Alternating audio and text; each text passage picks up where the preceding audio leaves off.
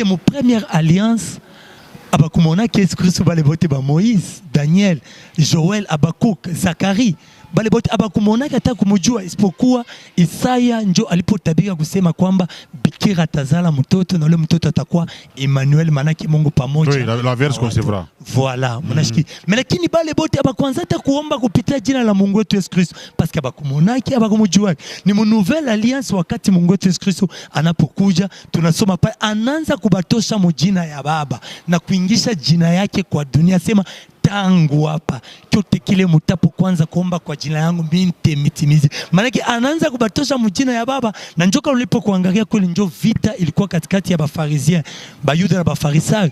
Balipo kwanza kumkomanisha Mungu wetu parce que alikuwa kubadilisha, alikuwa kutosha batu mjina ya Baba na kuingisha jina la Mwana. Maana leo kati tuliposikia la plupart batu tunaomba kupitia jina la Yesu Kristo, mais mon première alliance bakwanze kuombaka mjina la Yesu. Na pa kusema leo tuanze kuiomba Mungu wetu Yesu Kristo ndio kile bakamchunjeaka bakamwekaka kumsalaba na lipo mnasikia. Haiko kusema Mungu ni batatu, hapana.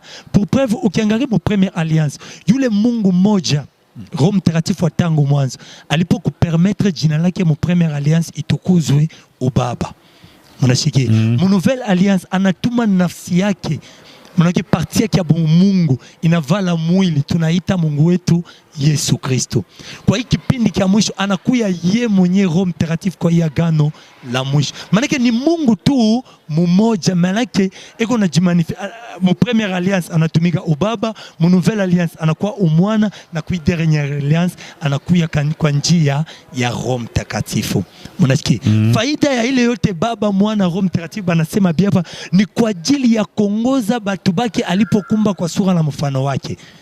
Na tab verset yetu inapofanya bazi ya kipindi kia mwisho Zakaria chapitre yake ya 13 verset ya 8-9 inasema hivi: vipindi viwili vitakufa na kukataliwa, lakini kia tatu kitaachwa ndani yake Mungu atakie kama. Maana tangu mwanzo Mungu tu alipokupangilia hii dunia aitumikie mu vipande vitatu, na chaque partie Mungu alipokuanza kujimanifestia vile agano la kale ubaba, mwagano jipya umwana, na kwa kipindi kia mwisho kwa njia sasa ya Roho Mtakatifu. Donc le Dieu le Père ou l'Ancien Testament, Ancienne Alliance. OK. John anajimatérialisé comme fils.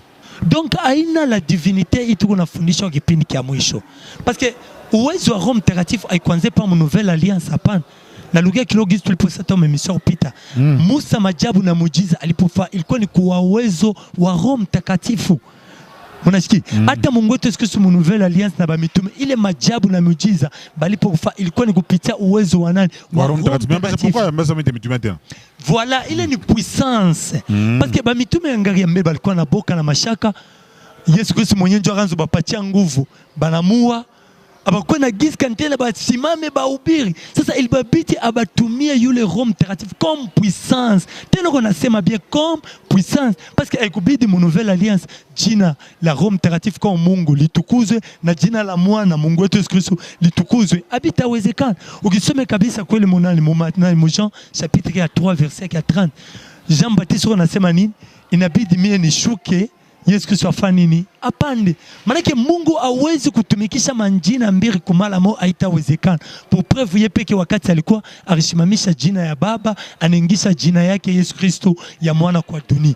Na ni kama hivi anakuwa kwa njia ya Roho Mtakatifu, ni jina la Yesu Kristo inashimamishwa, sasa ni jina la Roho Mtakatifu kwa kipindi cha mwisho. Mu maombi yetu, mu mamimbo yetu inabidi tuanze kuweka jina la Roho Mtakatifu kusudi naye pia apate kutukuzwa kama vile Baba mwagano la kale atukuzwe kama vile Mwana mwagano jipya kwa hiki kipindi sasa. Nasema namwambia mie napeleka Munga, nasema namwambia mie napeleka Munga, nasema namwambia mie napeleka Munga, nasema namwambia mie napeleka Munga, nasema namwambia. Bonjour.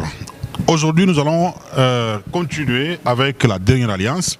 Vous allez vous rappeler, la fois passée, nous avions reçu l'apôtre Israël Acquise avec les frères Laguerre, Banza et les frères Fabrice. C'est un rapport avec la dernière alliance. C'est ça, n'est-ce pas, la grande ou les plus grands, ou la grande doctrine ou les plus grands enseignements du ministère central pentecôtiste dans le monde entier. Alors, aujourd'hui, nous allons nous focaliser sur la Trinité. Bible anasema mwendeni nendeni mataifa zote mkawabatize kwa jina la Baba na la Mwana na Roho Mtakatifu. Na kama naangalia saa ingine ba Kristo bengine banakaa banawabatiza kwa jina la Baba na la Mwana na Roho Mtakatifu. Bengine banabatize, bengine banabariki kwa jina la Baba na la Mwana na Roho Mtakatifu. Les prêtres catholiques font même ça. On va essayer de nous débrouiller pour essayer de voir comment et son accomplissement. Il faut rappeler que cette église, ce ministère central pentecôtiste dans le monde entier, il y a tumikia Biblia et puis il y a tumikia neno la kutoka mbinguni. C'est-à-dire à la Bible, on y ajoute aussi cet enseignement sur la doctrine ou la parole qui est descendue du ciel. C'est-à-dire manière de kutoka mbinguni selon vile apôtre Israël a kuja alisema inapita donc il y a plus que même la Bible parce qu'il y a des enseignements de grande envergure dans cette histoire, n'est-ce pas, qu'on appelle Neno kutoka mbingu agano la mwisho. Alors vous nous suivez à partir de Lubumbashi, la deuxième ville de la RDC, sur la chaîne BKM12 TV. D'ailleurs, nous vous demandons de vous abonner massivement, de liker et de partager nos vidéos. Et vous suivez également sur la 97.0 MHz, la radio Canal Lubumbashi, la 615.25 MHz. Bienvenue Kamunga, c'est toujours moi et ça restera toujours moi. On est ensemble. Alors, nous allons commencer. Apôtre Israël Akwis, bonsoir. Bonsoir, papa, bienvenue. Beaucoup bien. Ouais, tout bien. Voilà, émission avant passer de baripende barifurahi sana. Sana na zaidi. Mais apparemment mon neno kutoka mbinguni muku mambo mingi sana. Sana na zaidi. Paka vile mulisema kiingirio, mu mafundisho ya sesbo unasema maneno ya Biblia itengeo mu 30 fois. 30 fois. 30 fois mule mu maneno ya mingi sana na zaidi. Ya kutoka Biblia. Ya kutoka mbinguni. Voilà, merci beaucoup. Frère Laguerre, ça va aussi? Oui, ça va. Oui, tu as rappelé, oui, parmi les prédicateurs, il y a kutoka mbinguni et puis comme tu dois que propre. Il y a Mutume, Abraham, Bendo ALS. Ndio. Ah, alikuwa chako héritage kan? Ilikuwa mtoto sana. Ulikuwa mtoto sana? Ndio. Ah, moi je pensais que c'est à toi qu'on allait laisser ça. Parce que on a Kimbangu par kufaka watu wa Mkombola, kisha après Kimbangu na kama mkonaka Kimbangu njoo hapo tout ça. Hapana, kama unaona ile maneno kama ile inakuwa ni maneno ya kimwili. Parce que neno ya Mungu sio vile. Ah, Mungu sio vile. Hapana. Mungu mwenyewe anachakulaka. Mungu mwenyewe ndio anachakulaka. Voilà. Frère Fabrice, ça va aussi? Ça va très bien. Na wewe mjua ule mfamia Abraham mpendo wa LS mtume. Kumuona sikumuona lakini wakati nasikia neno kutoka mbingu ndio naamini. Avant ulikuwa mkanisa nyingine? Nilikuwa mkanisa nyingine. Ya Pentecôtiste tout ça. Ya Pentecôtiste. Ndio una comparaison. Unafanya comparaison ya Bible na neno kutoka mbinguni. Nafanya comparaison, naona neno kutoka mbingu iko juu sana kuliko Biblia. Munini par exemple? Kuhusu sasa kisema tukamoa kale kusema neno kutoka mbinguni napita Biblia. Tuangalie kama Biblia inasema. Sasa nini? Kufatana na maneno yenyewe Roho Mtakatifu amekwisha kuyasema. Tunabeba mbele paka mu Biblia. Mu Jean 16, 12, 13. Yesu anasema ningali na maneno mengi ya kuambia, lakini hamwezi kuyabeba sasa. Paka ile wakati Roho wa haki na ukweli atakapokuja kwenu, atamikumbusha kwanza hii maneno niko nazungumza na mwe hapa, kisha ataniambia maneno mapya. A partir ya pale ile maneno mengi inashindia Biblia. Ah, vile Yesu asemaka Europa atakuya atemefundisha maneno ingine. Njoo neno kutoka mbingu. Ah. Mais kama tukienda kwa kuanda kwa Philippe, so ni kwa Philippe tubarta pale. Hapana. Ah, so ni Branham tubarta pale. Hapana. Kila mtu anajaproprie fashi. Hapana. Ndio ile maneno ile Yesu alisema Roho atemefundisha njoo neno kutoka mbingu ya agano la mwisho. Voilà, merci beaucoup. Apôtre Israël. Oui, papa, bienvenue. Nini inaweza kusema avant tuingie mu Trinité que mwe vimwiko muko ba vrai amona ba faux. OK. Qu'est-ce qui kujibia mo dévoler? Mo voler ya kwanza hata neno kutoka mbingu mbele vile kunasema humu ndani Mungu mwana asema nini na mchagulo wake, ambia hata wale watu ba maarifa. Batazame mu maarifa yao. Unasikia? bachunguze na mukimaarifa. Sasa vile unaona bale ba maji baritambua kuzaliwa kwa Mungu wetu Yesu Kristo comme normal hapa, parce que quand tunachofuata Biblia alikuwa wanafanya incantation mabintu byao, ni kupitia maarifa yao ndio Mungu alipokujitambulisha, bakaona nyota inangaa kupita manyota yote na kule balipo kuwafuata, na Mungu kwa neema yake anabaongoza. Kwa kipindi kia mwisho na pia Mungu anawaambia hata batu wa maarifa gisi bona tufuata, batazame ndani ya maarifa yao, batajua kwamba ini maneno ya haki na ukweli, na tuko dans le vrai. Dimension ingine kile tapo kubambia kwa ajili bayua ya kusema kwamba hii ni maneno ya Mungu ya biakweli. Mungu unabambia hivi, kila mtu wakati anasikia tunahubiri tunasema usimamishwe agano jipya, kuinuliwa kwa agano la mwisho, kuja kwa Mungu wetu Yesu Kristo kwa njia ya Roho Mtakatifu. Baki kuna maduti mashaka ndio bapate vraie confirmation, bende munyumba bapike magoti bamulize Mungu, parce que kumuliza Mungu hawezi kuacha sasa. Papa bienvenue kwa hapa wendo kenge mo bitu mo bya ovi vya kwenda kupotesha jamais. Mwebade na Mungu kamulize kwa haki na kweli, atakufunulia, atakuonesha njia, na atashuhudia sema wale watu wako nasema maneno ya haki na ukweli na mbubafati. Aswane jibia tu kwa kifupi. Voilà. Merci. Aujourd'hui, tu as fait ce même pour toi une dernière alliance. Ndio. Alors la Trinité. OK. Yesu alisema atawabatize, nendeni mkawabatize kwa jina la Baba na la Mwana na Roho Mtakatifu. Okay. Utatu mtakatifu. Utatu. La Trinité. Okay. C'est-à-dire Dieu le Père, Dieu le Fils, Dieu le Saint-Esprit. Okay. Kimbangu, anasema sema yeye ndio Saint-Esprit. Et puis watu Kimbangu, bon Dieu Trinité. Je dis que Trinité on a explication ya mingi sana. Mais vous, hein, qu'est-ce que vous retenez de la Trinité? Merci. Parce que déjà kwa Katoliki bo, bagabe na bariki. Okay. Kama mimi sasa kwanza. Okay. Kwa jina la Baba na la Mwana na Roho Mtakatifu. Bakubariki bantu. Okay. Mungu Mwenyezi awabariki kwa jina la Baba na la Mwana na Roho Mtakatifu. Maintenant vous à partir ya neno kutoka mbinguni. Okay. On a comprendre nini mbele par Trinité. OK, par rapport à la Trinité, bon mtezo nisaidie hein, mnisomee tu mu Matthieu chapitre qui a 28 verset qui a 19, ndio tutaya kujisitue par rapport ya gisi catholique bako naomba gisi bakimbangu bako nafanya. Mnisomee tu mu Matthieu chapitre qui a 28 verset qui a 19. Voilà, Matthieu 28 19. OK. Allez, faites de toutes les nations des disciples, les baptisant au nom du Père, du Fils et du Saint-Esprit. Merci papa, bienvenue. On a ce qui va dire, allez, faites de toutes les nations des disciples, les baptisant au nom du Père, du Fils et du Saint-Esprit. Oui. Sur base, il y a eu verset, Dieu nous a catholique, vikile monasema, biko na bari kwa jina la Baba na la Mwana na Roho Mtakatifu. Kimbango no pia na baba na jiaproprio kimbango Dieu le Père ou le Fils, batoto le Saint-Esprit. Mais ukifate muzuri par rapport ya hii verset, utapo comprendre kitu kimoja kusema kwamba ingozi Kristo alipo kusema kwamba mkawabatize batu kupitia jina la Baba, la Mwana na la Roho Mtakatifu. Mais ukiangalia mu première alliance, utapokona abaku batu bali okupakaliwa mafuta. Abakupakaliwa mafuta kupitia jina la Mwana parce que abakumonake abakumujuwake. Na ukishuke mu nouvelle alliance, utapokona baptême mu nouvelle alliance hata kuombewa ilikuwa ni kwa jina la nani? La Yesu Kristo. Sasa kama kweli Église catholique mbele tulugiki lobo na batiza la Baba, la Mwana na Roho Mtakatifu ni parce que abafani ni abajue mandiko ya Mungu. Parce que manake non, c'est écrit ici. Non, c'est écrit. Les baptisants au nom du Père, okay, du Fils et du Saint-Esprit. Merci. C'est écrit. Voilà. Dans fait bariki bandoshkia Mungu Mwenyezi awabariki Baba na Mwana na Roho Mtakatifu kana siku zote. Donc ni bintu barandika. Ni bintu barandika. Bon, mina upatia tu verset moni sommet tout moi des apôtres chapitre yake ya 2 verset qui a 38. Ndio tutayua si réellement ni gisi inabidi kweli. Actes des apôtres chapitre qui a 2 verset qui a 38. 38.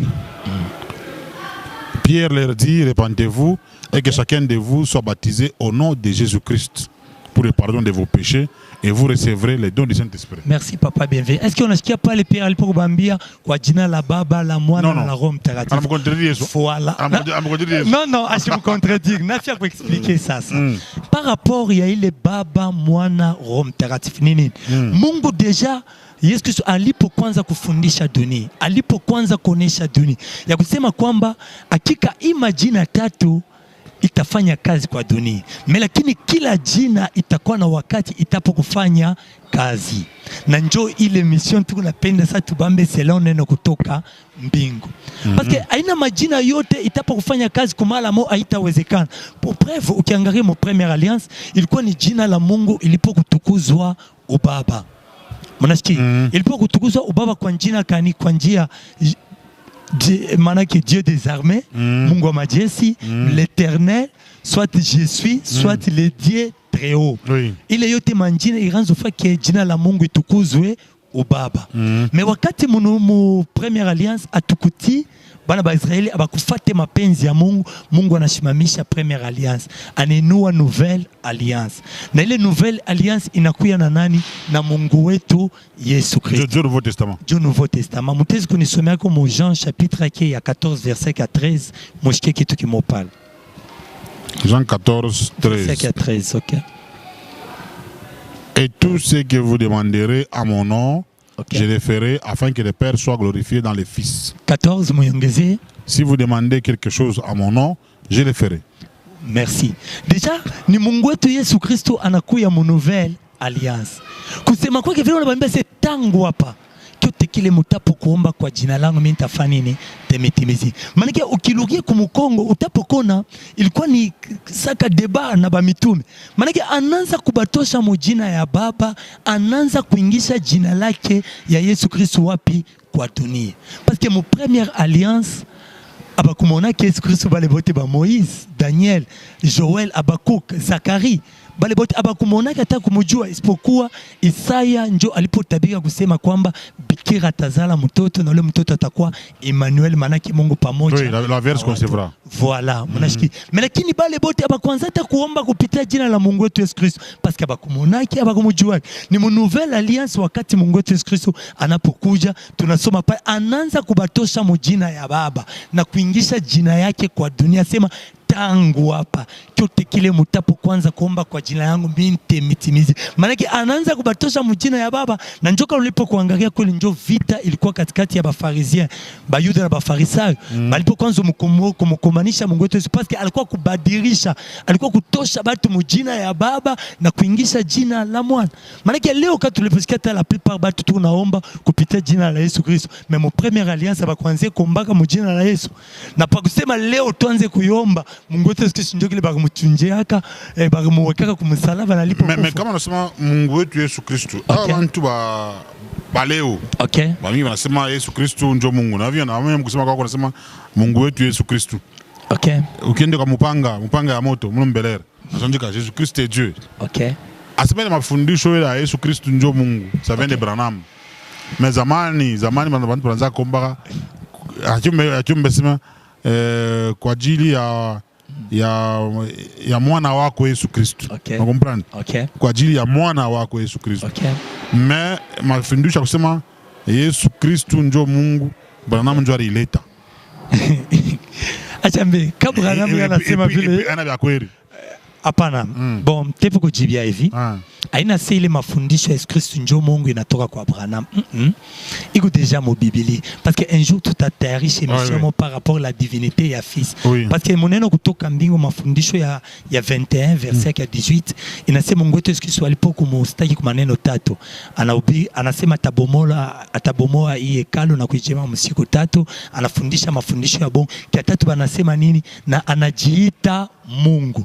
Manake dernière alliance inashuhudia kwamba Yesu Kristo alikuwa ni Mungu. En tant que si batumisha kipindi kia mwisho, il faut tout démontrer fashikani alipokujiita Mungu. Prochainement tutakuwa mwile émission. Kwa kulugia nitapo kusema hivi, Branham aina injo anaanza kusema kwamba Yesu Kristo ndio Mungu. Iko déjà mu Biblia. C'est déjà écrit hein. Ça vient pas de lui. Haikukuye kwa Japana, iko déjà Mungu. Bon, prochainement Dieu tutakuwa ku démontrer pale.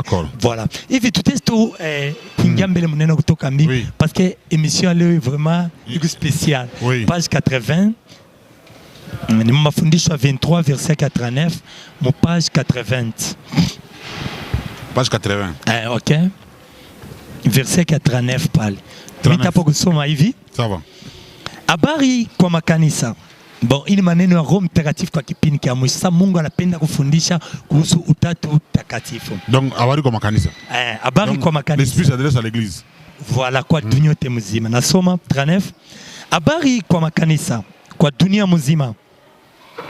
Bwana Roho Mtakatifu amesema, tangu mwanzo Mungu ni mmoja tu.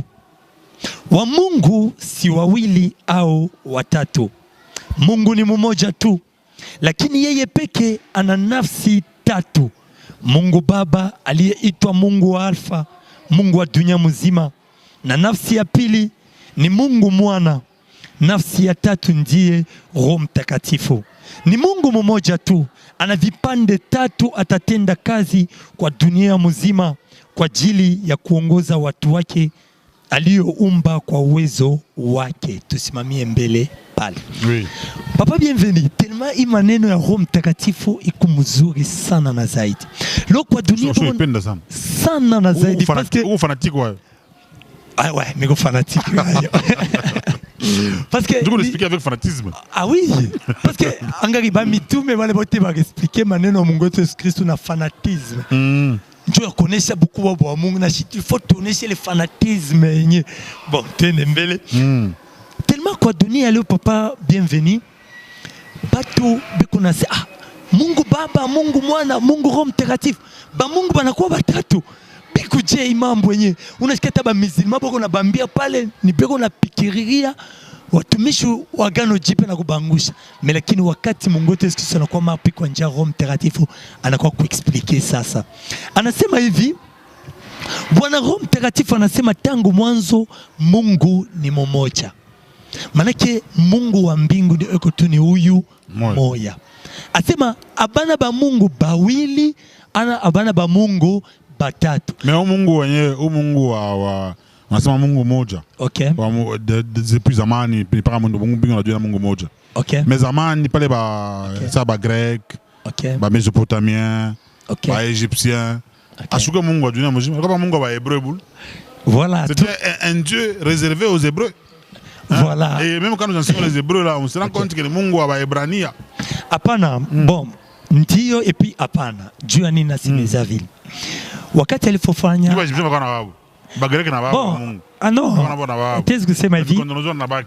Voilà. Qu'est-ce que c'est ma vie? Par rapport à bale onasema. Ile ni miungu. Ba grec bakwa na miungu. Hapana Mungu. Hapana Mungu hapana. Huyo ni tuko nagusia ni ule ukisoma Genèse chapitre qui a un verset qui a dit wakati dunia ilikuwa ukiwa na utupu, Roho wa Mungu alikuwa unatulia juu ya uso kimvuli kia maji. Ni ule Mungu alipoumba mbingu na dunia na njoo tunagusia. Bado nasema Grec Mesopotamien ni tuma miungu Bazes unaona ba Krishna unaenda umaentia hivi na hivi. Ile ni tuma miungu inachana na maneno hii tuko na mionesha. Tunaluria deja kumandiko. Voilà. Kusema sema Mungu ni mmoja, ba Mungu abana bawiri wala batatu. Njoo ni Mungu anasema hivi. Parce que leo mtu akisikia Mungu Baba, Mungu Mwana, Mungu Roho Mtakatifu, dunia beko unasema pana ba Mungu balikuwa bawiri, sote balikuwa batatu. Anasema pana Mungu ni mmoja. Lakini ile Baba, Mwana, Roho Mtakatifu inakuwa ni manafsi. Pour preuve anasema Mungu ana nafsi tatu. Mnasikia? Lakini ile nafsi tatu inafanya ni Mungu mmoja tu. Parce que ye Mungu ule mmoja alipo tu kupangilia hii dunia aitumike mubipande bitatu. Na ndio pale tulipo kusoma mu Matthieu chapitre yake ya 28 verset yake ya 19. Yesu Kristo mwende mkafa watu kwa wanafunzi wao mkabatize kupita jina la Baba, la Mwana na la Roho Mtakatifu. Mnasikia? Haiko kusema Mungu ni batatu hapana.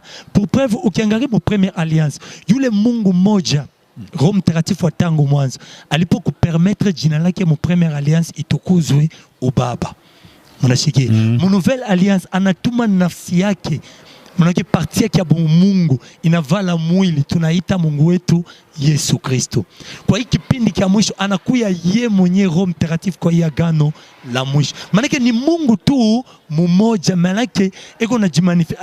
Mu première alliance anatumika ubaba, mu nouvelle alliance anakuwa umwana na kwa dernière alliance anakuya kwa njia ya Roho Mtakatifu. Mnasikia? Faida ya ile yote Baba, Mwana, Roho Mtakatifu anasema biapa ni kwa ajili ya kuongoza batu bake alipokumba kwa sura na mfano wake. Hata verset yetu inapofanya baadhi ya kipindi cha mwisho, Zakaria chapitre yake ya 13 verset ya 8-9 inasema hivi, vipindi viwili vitakufa na kukataliwa, lakini kia tatu kitaachwa ndani yake Mungu atakiweka moto. Maana tangu mwanzo Mungu tu alipokupangilia hii dunia aitumikie mu vipande vitatu, na chaque partie Mungu alipoanza kujimanifesta vile agano la kale, ubaba, mwagano jipya, umwana, na kwa kipindi cha mwisho kwa njia sasa ya Roho Mutakatifu. Donc le Dieu le Père ou l'Ancien Testament, Ancienne Alliance. OK. Dieu en a matérialisé comme fils. Jésus n'est pas Dieu le Père. Voilà. En tant que bébé, en tant que l'enfant de Marie, alikuwa Mungu naye pale. Voilà. Kama kweli Mungu wetu Yesu Kristo alipokuzalika kwa Marie, ilikuwa tu ni kanal akuye kwa dunia, jo akuye mtu normal, akuye na damu na maji. Na paske ilitabiriwa na Isaya kusema bikira atazala mtoto, ataitwa Emmanuel, maana yake ni Mungu pamoja na watu. Kwa ajili akuye pamoja na watu, ilibidi akuye mtu normal, ndani mwake akuye na damu na maji. Mais Yesu Kristo alikuwa ni Mungu mzima. Mnasikia? Hivi papa bienvenue, njoo unikomprendre kuhusu maneno hiyo. Unibebee kwa page 84. Mo page 84. Page 84. Kama mwagizo mnagawa unahubiri na hii unahubiri na yote tunobiraka. Oui. Hakuna contradiction hapana. Hakuna. Sio unaona tu maneno kusapa tu kuna sepo contradiction. Hapana. Hakuna contradiction, iko sawa kabisa. Okay. Hivi page 84 verset yake ya 54 Mwana verset yake ya 54 nasome nasema hivi. Na tunasikia ya kama wakati Yesu kuzaliwa. Na tunasikia ya kama wakati wa Yesu kuzaliwa, voilà, malaika wa Bwana walimufikia mke mmoja ya kama, ninaleta ujumbe kwako kutoka kwa Bwana, utapata mimba kwa uwezo ya Roho Mtakatifu, na yule mtoto atazaliwa ataitwa Emmanueli. Sikia sasa, yule Roho Mtakatifu ndiye Mungu wa tangu mwanzo, hata agano jipya, hata agano la mwisho, kwa maana imesemwa Mungu ni roho tupu, yeye si mtu wala si kitu. Watu wasidanganyike au kudanganyiwe, musiketi kwa mabishano. Papa bienvenue, namsikia unjo Roho Mtakatifu kwa kipindi kia mwisho. Anaanza kuexplikia, mulisikia ase bikira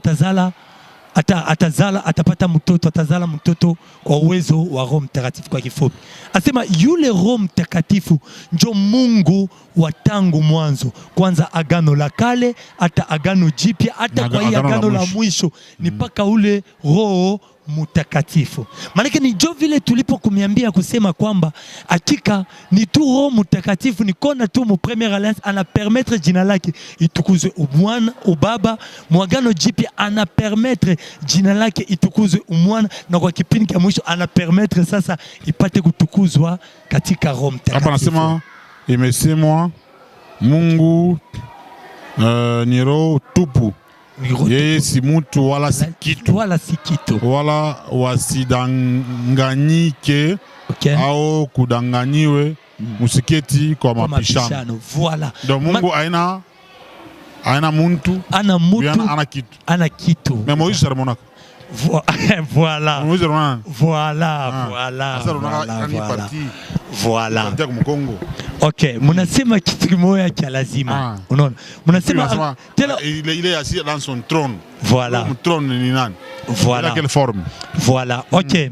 Ile ce sont parce que muneno tena kutoka mbingu, bona tuambia kusema kwamba Mungu anapokubeba mifano mbalimbali, mfano wa mtu, mfano wa jiwe, mfano wa pepo, kwa ajili ya kujitambulisha kwa mwanadamu, mais mforme yake spirituel ili atangu mwanzo jamais mtu ashiamonaka Mungu mwile forme.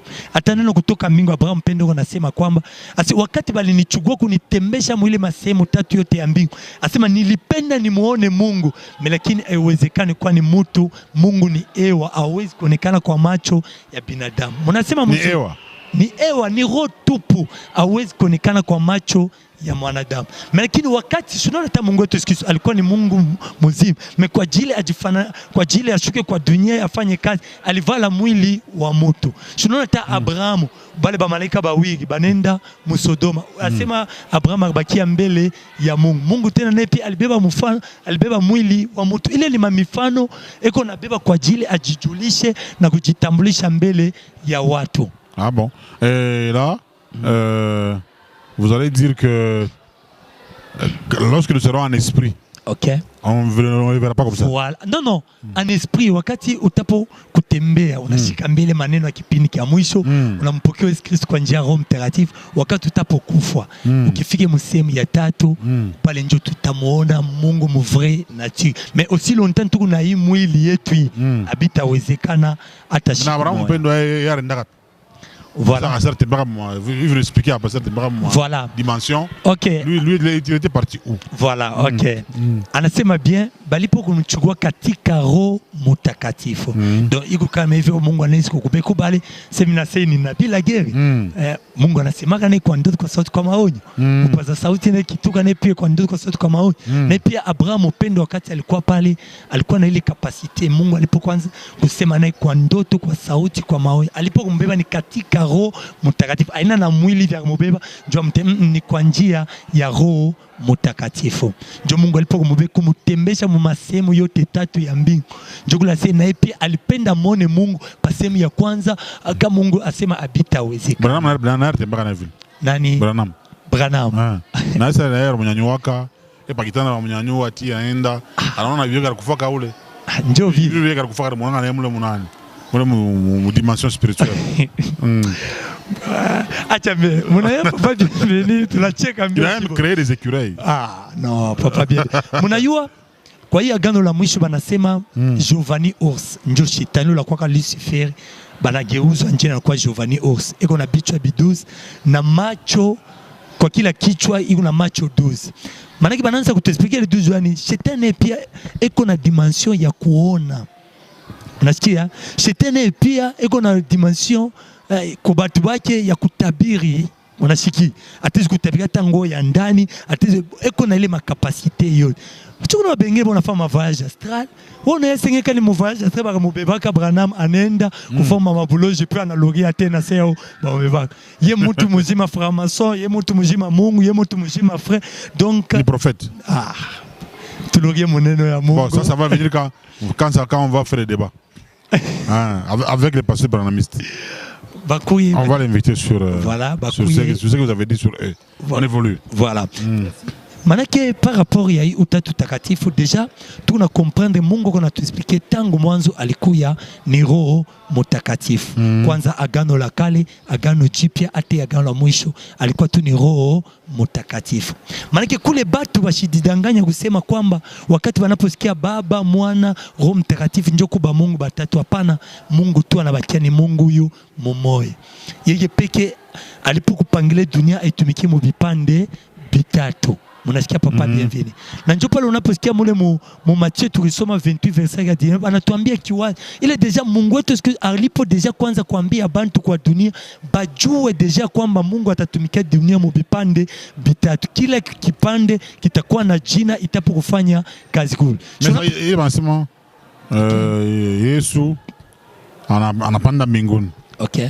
Kisha après batumia ba disciple yake Saint-Esprit. OK. Banaanza kusema maluga manini tout ça. OK. Je pense que c'est l'histoire de Saint-Esprit. OK. Il réalisait ni les périodes.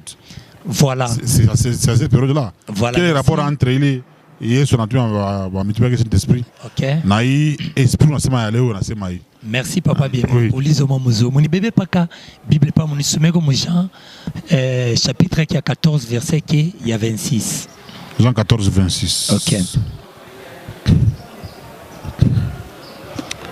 Mais le consolateur, l'Esprit Saint, que le Père enverra vous enseignera toutes choses et vous rappellera tout ce que je vous ai dit. Merci papa, bienvenue. On a qui après mais le consolateur, l'Esprit Saint, que le Père enverra à mon nom.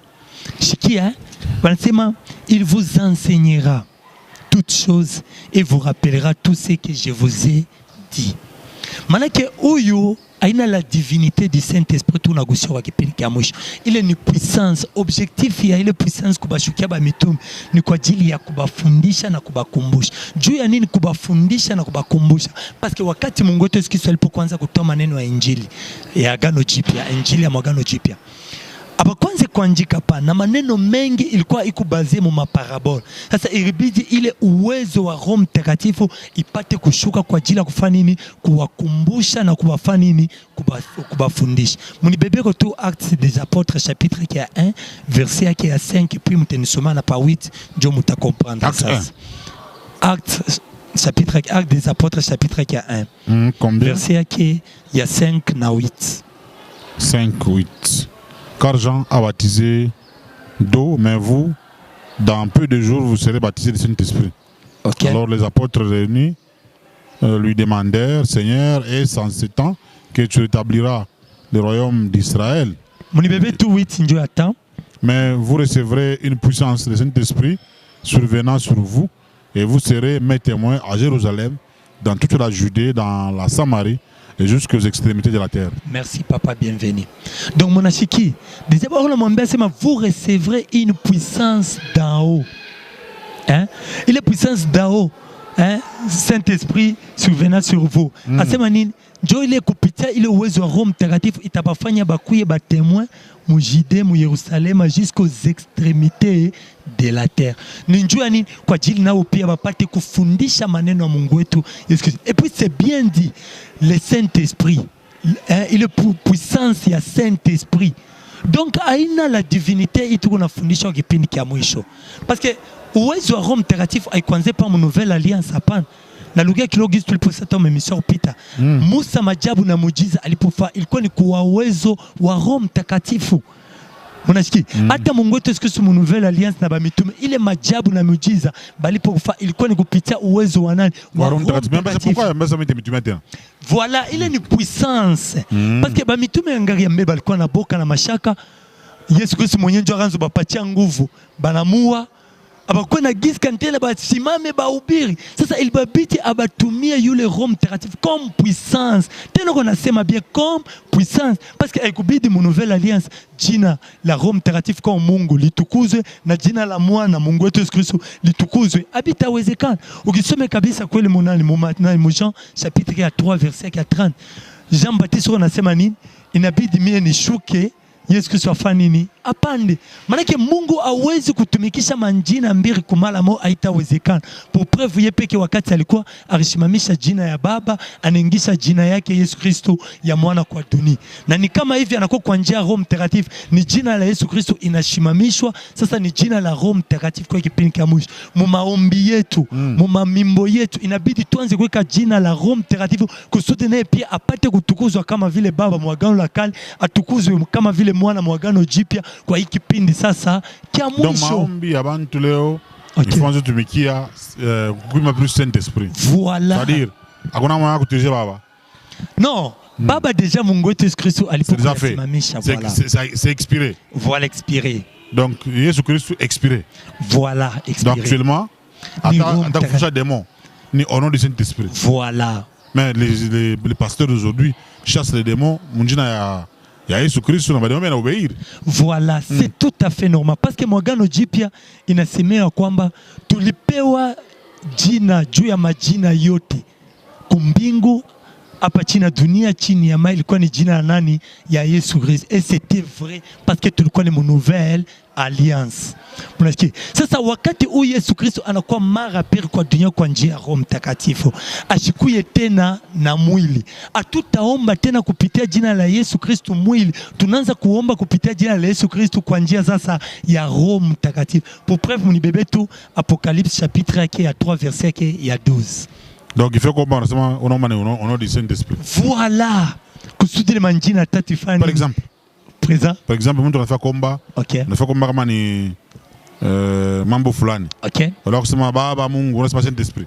Voilà.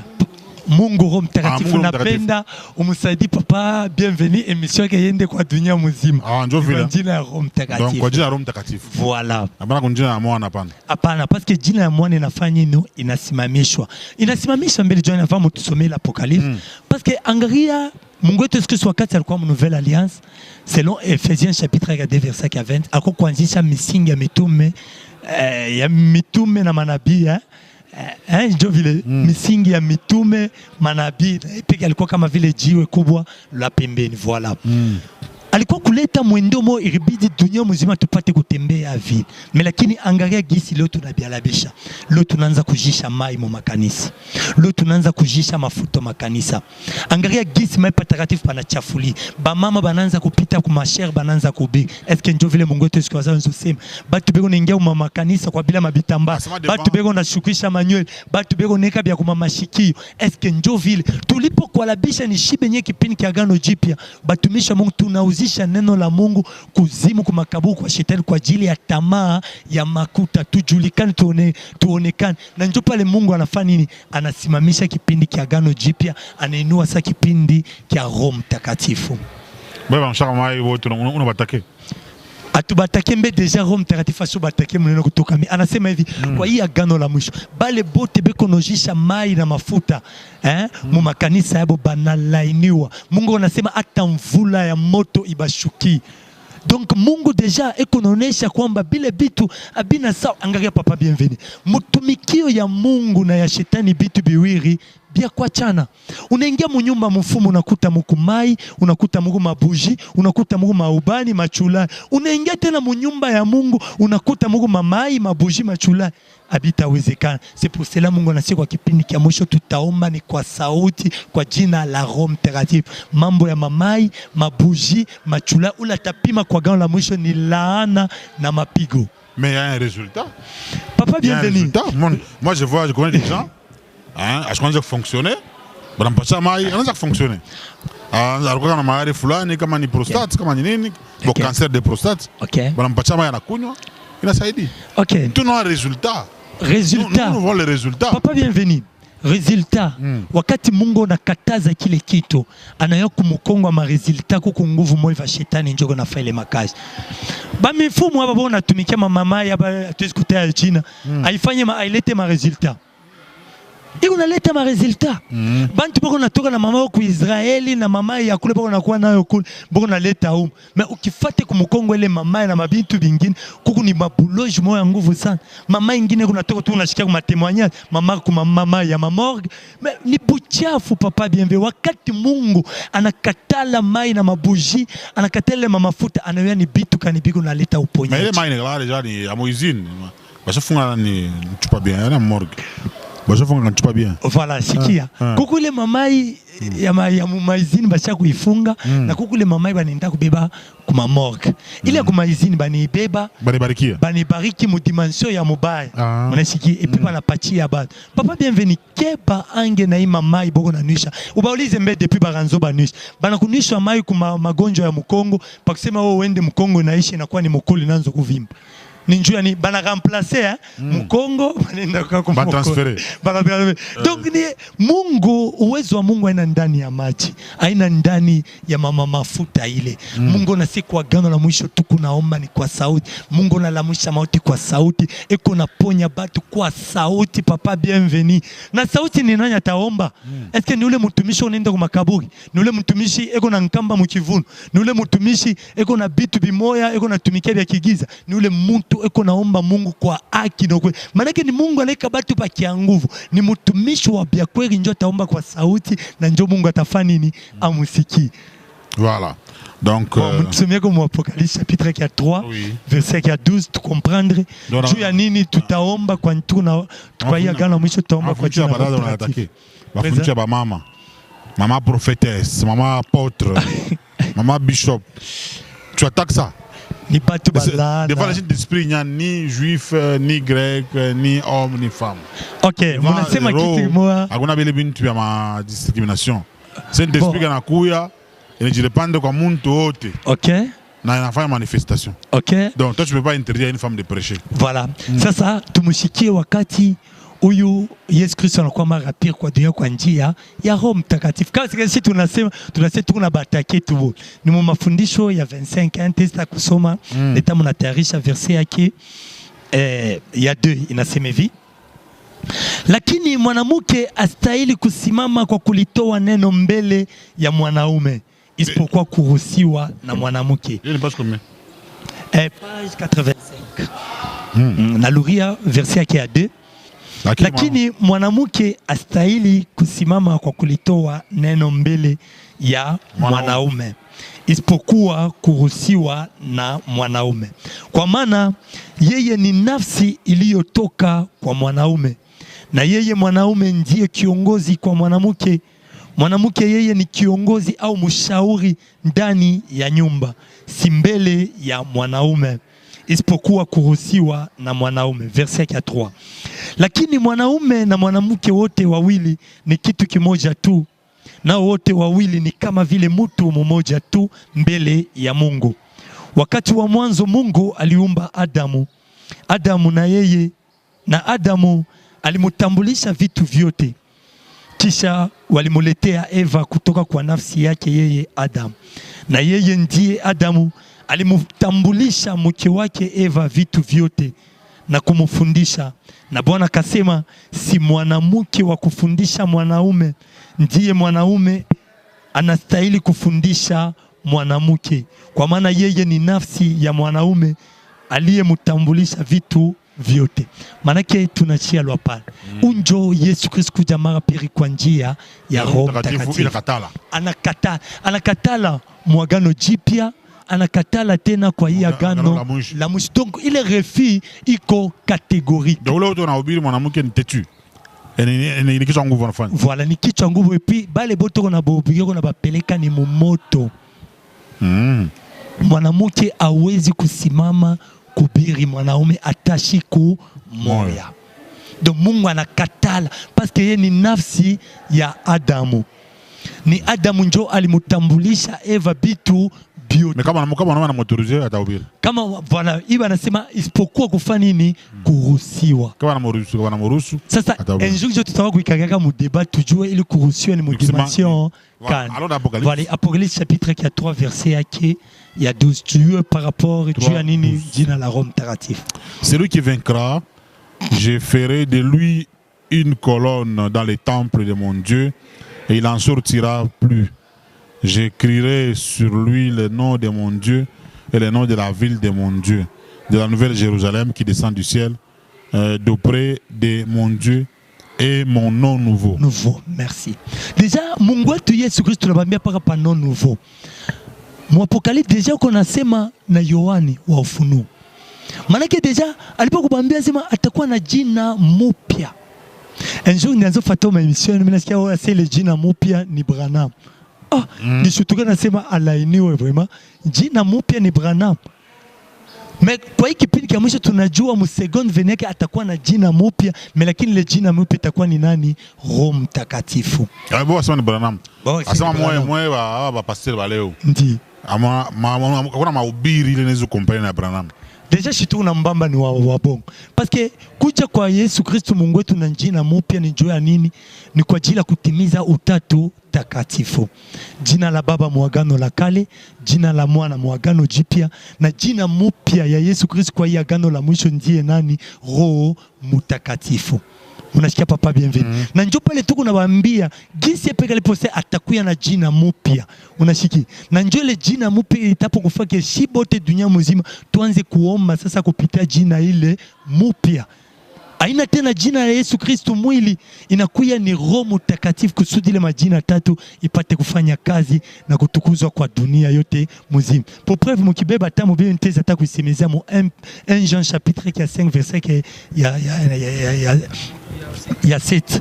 Banasema kwamba hawa watatu ni washuhuda wapi? Mbinguni. Kama banabidi bakuye bashuhuda mbinguni nina kuna kuya Baba, kuna kuya Mwana na kuna kuya Roho Mtakatifu. Lakini leo wakati tuko nabambia maneno ya bumungu ba Roho Mtakatifu banasema hapana. Donc kumbi hawa wawili ni washuhuda mbinguni. Donc Mungu anajitrompe wakati aliposema hawa watatu ni washuhuda mbinguni.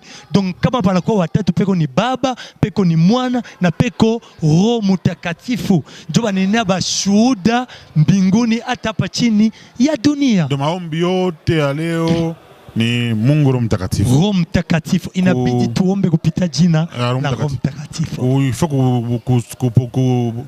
kunani ukife kunani kubariki muntu na mbariki mungu na Roho Mtakatifu ya Roho Mtakatifu ya Mungu Roho Mtakatifu ya Mungu Roho les démons Mtakatifu sont chassés au nom de beko nakimbia tena mbio sana. mungu par Mungu Roho Mtakatifu Roho Mtakatifu il kalipita. seulement vous chassez les démons à mon nom il est expiré. Voilà, ilikuwa ni nouvelle alliance. Wakati Mungu anasimamisha nouvelle alliance, anenua dernière alliance na jina Yesu Kristo inasimamishwa. Hapa sasa ni jina la Roho Mtakatifu kwa hii dernière alliance. Donc inabidi donc maana tapo kusema hivi. Hii jina Roho Mtakatifu kwa hii dernière alliance jo inakuya jina juu ya majina yote kumbingu hapa chini ya dunia, chini ya udongo, inakuwa sasa ni jina juu ya majina yote ya dunia mzima na ina uwezo wa ajabu. Donc Léo comme pasteur on a oublié récemment le nom de Jésus est plus grand actuellement, c'est le nom qui est plus grand. Donc ego ça ego mon retard. Ego mon retard. Ego hors sujet tena tutamugesema. Parce que wakati Mungu anasimamisha agano jipya na jina Yesu Kristo inafanya nini? Inasimamishwa. Wakati anainua agano la mwisho, inakuwa sasa ni ule Yesu Kristo anakuwa kiroho, ndio sasa inabidi jina yake tukuzwe kiroho. Voilà. Alors on va donner un peu la parole à frère Fabrice d'ajouter un peu quelque chose. Non, commencez par la guerre. Commencez par le prophète la guerre. Alors, par rapport à ce qu'on s'est dit, donc, Nawe, on a confirmé que Léo Kamunta Naobiri, il faut te foucher ma démon, mon Dieu, à Yesu, Tombe par Yesu. Donc, on a confirmé que c'était un retard. Bon, ni retard moi ya munene sana parce que ni pas kabile bintu bantukia kusema kwa apôtre Israël. Et parce que papa bienvenu ukisome Jean chapitre 4. Hein? Jean chapitre 4 verset yake ya 24. Muteza kutusomea pale mushikie Jean chapitre 4 verset Jean 4 24. Voilà. Voilà. 4 24. Dieu est esprit. Dieu est esprit. Et il faut que ceux qui l'adorent en esprit et en vérité. On a comprendre facilement. C'est-à-dire Mungu ni roho. Waabudu wa kweli sherti wa mwabudu Mungu katika roho na kweli. C'est-à-dire kama tuko nasema kwa kipindi kia mwisho tuko na mtukuza huyu Yesu Kristo kiroho. Seke abitoke kwetu lakini binatoka ni kwa uongozi wa Roho Mtakatifu. Seke kama atevi tuko hapa ni Mungu njo mwenyewe wa hii maneno yake yote. Njo anasema tuseme kwa dunia yote mzima. Donc vous faites ma prédication à pasteur tout ça. Donc on a Québec hors sujet. Beko hors sujet sana. Uko nashikia bengine oh il a reçu les noms décide tous les noms atukatali ni mu nouvelle alliance njo aripata ile jina juu ya majina lote lakini kwa hii wakati wa mwisho ni Roho Mtakatifu njo anabeba sasa possession juu ya majina yote kusudi utatu mtakatifu itimilike kwa dunia yote mzima. Ni hilo shikia apôtre Israël anamiambia par rapport à 1 Jean chapitre 5 verset 7 ya kusema hawa wote ni washuhuda mbele ya Mungu. Ushuhuda uko ni par rapport ya neno. Ile neno uko nafanya kazi par chaque alliance. Njo Mungu ana reconnaître ushuhuda. Yo mwile sens. Merci beaucoup. Okay. Frère Fabrice. Un ajout aussi. La Congeza na avant que apôtre Israël tusome écriture ya mwisho mnono kutoka mbingu. Tunaongeza ni kuhusu mpaka maneno ya Mungu. Tunasema hivi, Yesu wakati alikuja duniani alikuta agano la kale iko na dumu. Wakati anafika mudunia anasimamisha agano la kale na maneno yake yote.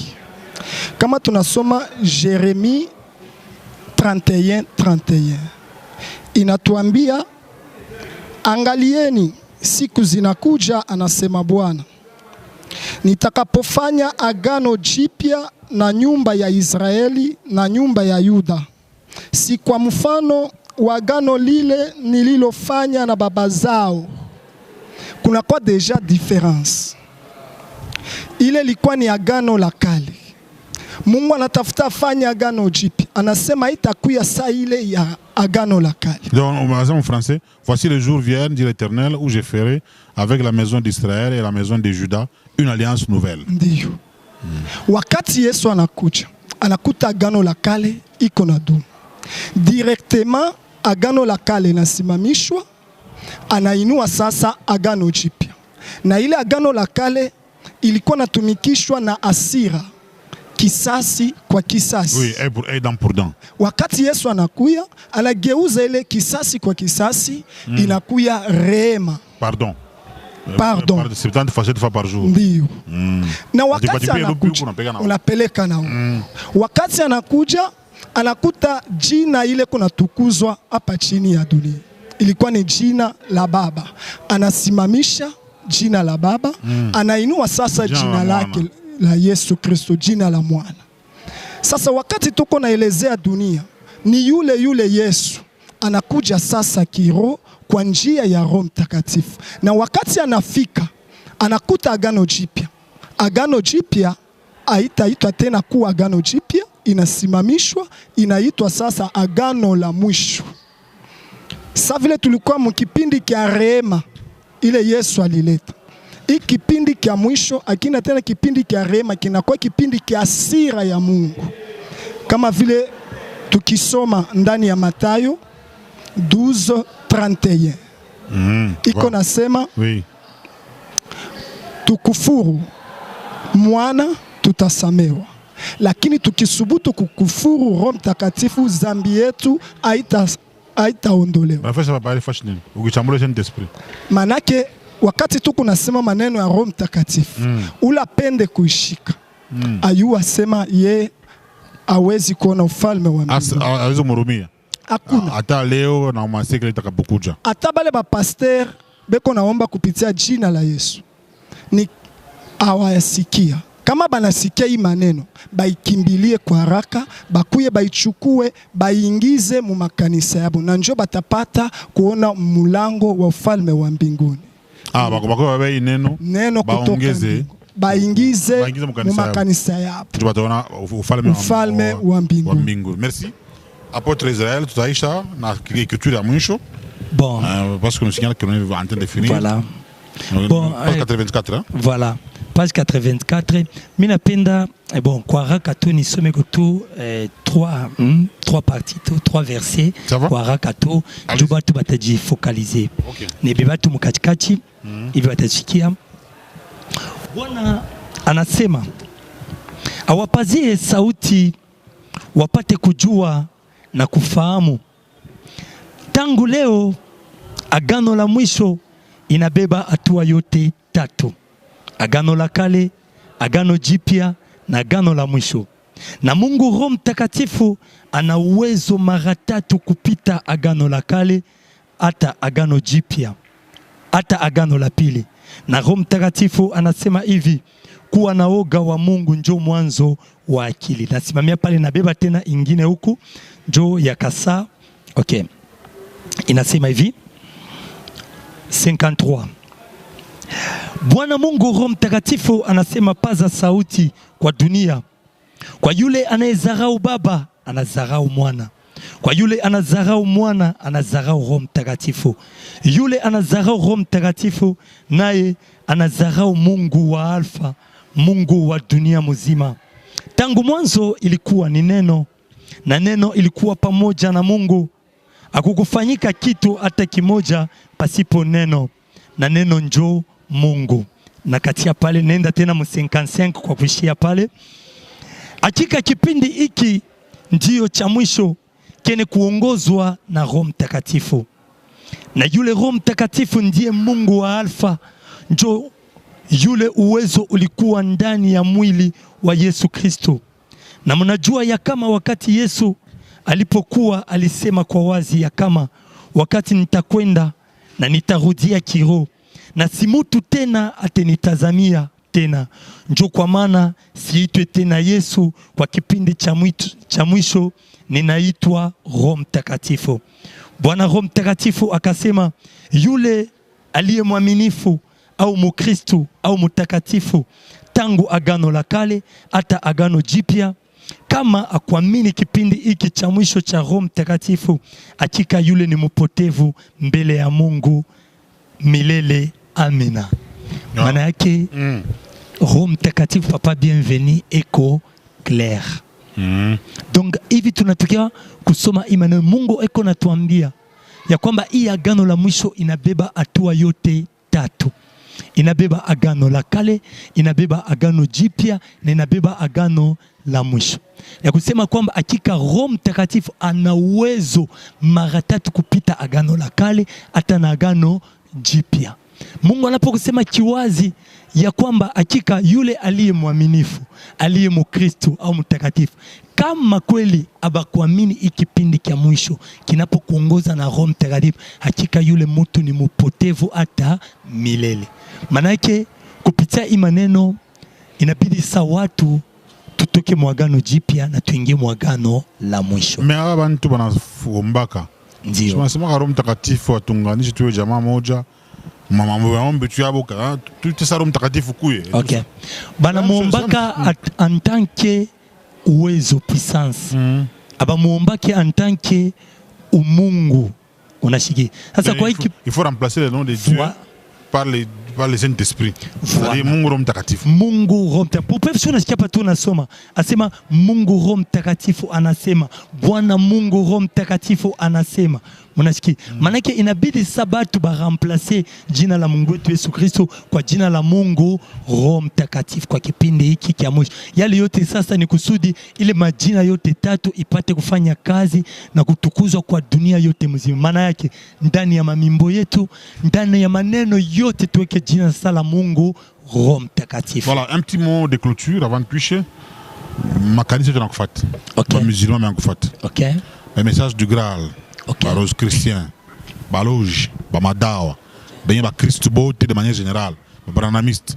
Message kanile nous ba pachia en rapport avec émission leo. OK.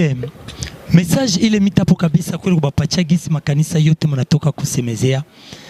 Ni wajua kusema kwamba ndani neno kutoka mbingu Mungu wetu Roho Mtakatifu anasema kwa hiyo wakati kanisa ni moja na ndiye ya Roho Mtakatifu kwa dunia yote mzima.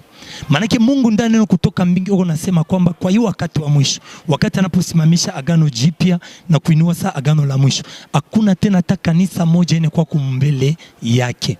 Jua nini? Ile makanisa yote boko na mtukuza ni Mungu wetu Yesu Kristo kwa njia ya mwili. Lakini kwa hiyo wakati wa mwisho inabidi sasa makanisa yote igeuzwe.